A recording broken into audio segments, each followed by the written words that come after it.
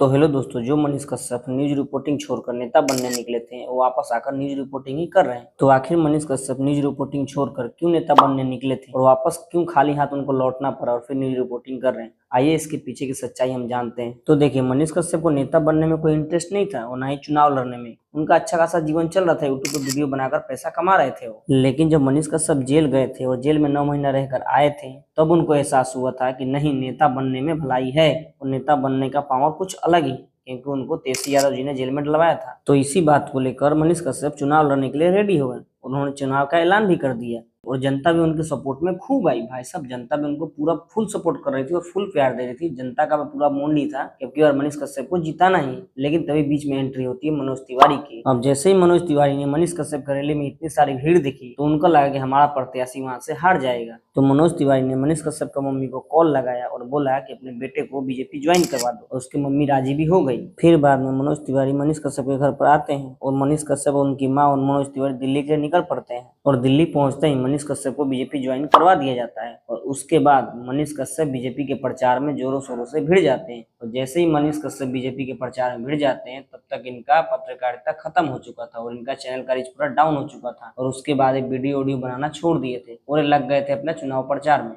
और जैसे ही चुनाव प्रचार खत्म हुआ और इनको चुनाव प्रचार से कोई फायदा नहीं हुआ और ना ही बीजेपी ज्वाइन करने से कोई फायदा हुआ, तो उन्होंने सोचा फिर अपना पुराने काम पे हम वापस आ जाते हैं और जैसे पुराने अंदाज में हम वीडियो बनाते थे सेम वैसे ही पुराने अंदाज में हम वीडियो बनाएंगे। और जैसे ही मनीष कश्यप ने ये सोचा, तो जैसे वो पुराने अंदाज में वीडियो बनाते थे और जैसे पुल गिरता था, सेम वैसे ही पुल गिरने का लगातार प्रक्रिया शुरू हो गया और मनीष कश्यप को फिर कंटेंट मिल गया।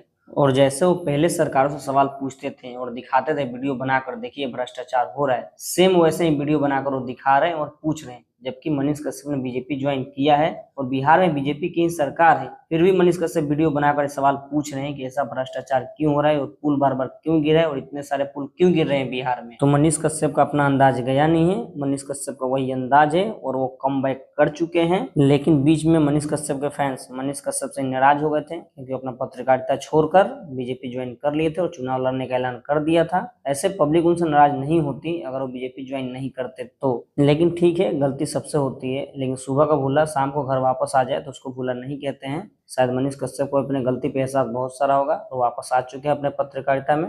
उम्मीद होगा कि जैसे पहले जनता की समस्याओं को लेकर आवाज उठाते थे, अभी वैसे आवाज उठाएंगे और जैसे पहले गरीब लोगों की मदद करते थे वैसे फिर मदद करेंगे। और बिहार के मजदूरों के लिए और बिहार के लोगों के लिए जैसे पहले आवाज उठाते थे वैसे ही आवाज उठाते रहेंगे, उम्मीद है। और अब तो कोई जेल में भी नहीं डाल सकता उनको, तो बीजेपी ज्वाइन कर चुके हैं। कोई डालने से पहले 100 बार सोचेगा।